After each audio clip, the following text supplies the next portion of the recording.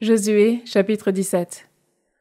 La part de la tribu de Manassé, il était le premier-né de Joseph, fut pour Makir, premier-né de Manassé, père de Galaad. Comme il était homme de guerre, il reçut les pays de Galaad et de Bashan. Le reste fut pour les autres fils de Manassé, selon leurs clans, à savoir les fils d'Abiézer, les fils de Hékel, les fils d'Asriel, les fils de Shechem, les fils de Hépher, les fils de Shemida. C'étaient les fils de Manassé, lui-même fils de Joseph, les enfants mâles selon leurs clans. Sélophad, fils de Hépher, fils de Galaad, fils de Makir, fils de Manassé, n'avait pas de fils, mais seulement des filles. Voici leurs noms. Mahla, Noa, Ogla, Milka et Tirsa. Elles se présentèrent devant le prêtre Éléazar, devant Josué, fils de Noun, et devant les responsables en disant: Le Seigneur a ordonné à Moïse de nous donner en héritage au milieu de nos frères. Suivant l'ordre du Seigneur, on leur donna un héritage au milieu des frères de leur père.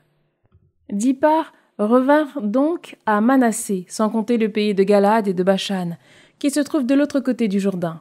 En effet, les filles de Manassé reçurent un héritage au milieu de ses fils.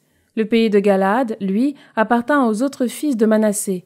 La frontière de Manassé, du côté d'Acher, était à Mikméta, en face de Sichem, puis la frontière allait au sud, vers Yashib en Tapoua. Le pays de Tapoua appartenait à Manassé, mais Tapoua, à la frontière de Manassé, appartenait aux fils d'Éphraïm. Puis la frontière descendait du torrent de Cana au sud du torrent. Les villes appartenaient à Éphraïm, au milieu des villes de Manassé. La frontière de Manassé était au nord du torrent et aboutissait à la mer. Le sud était à Éphraïm, le nord à Manassé. La mer était leur limite. Elle touchait Acher au nord et Issachar à l'est.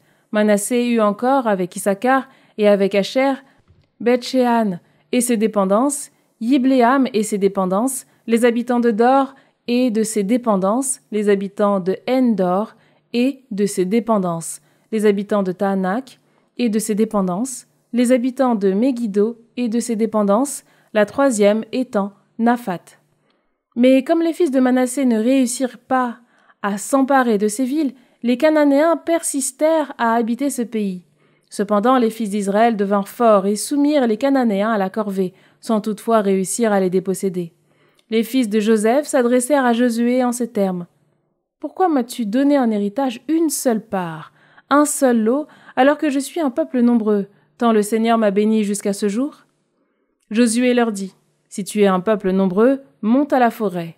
Là, tu déboiseras à ton profit au pays des Périzites et des Réphaïtes, puisque la montagne d'Éphraïm est trop étroite pour toi. » Les fils de Joseph dirent: « La montagne ne nous suffit pas, et en plus, ils ont des chars de fer, tous les Cananéens qui habitent le pays de la plaine, ceux de Beth-Shean et de ses dépendances comme ceux de la plaine de Yizréel. » Josué répondit à la maison de Joseph, à Éphraïm et à Manassé: « Tu es un peuple nombreux, et ta force est grande. Tu n'auras pas seulement une part. Tu auras la montagne, c'est une forêt.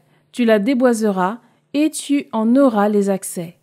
Tu déposséderas les Cananéens, bien qu'ils aient des chars de fer, et qu'ils soient forts. »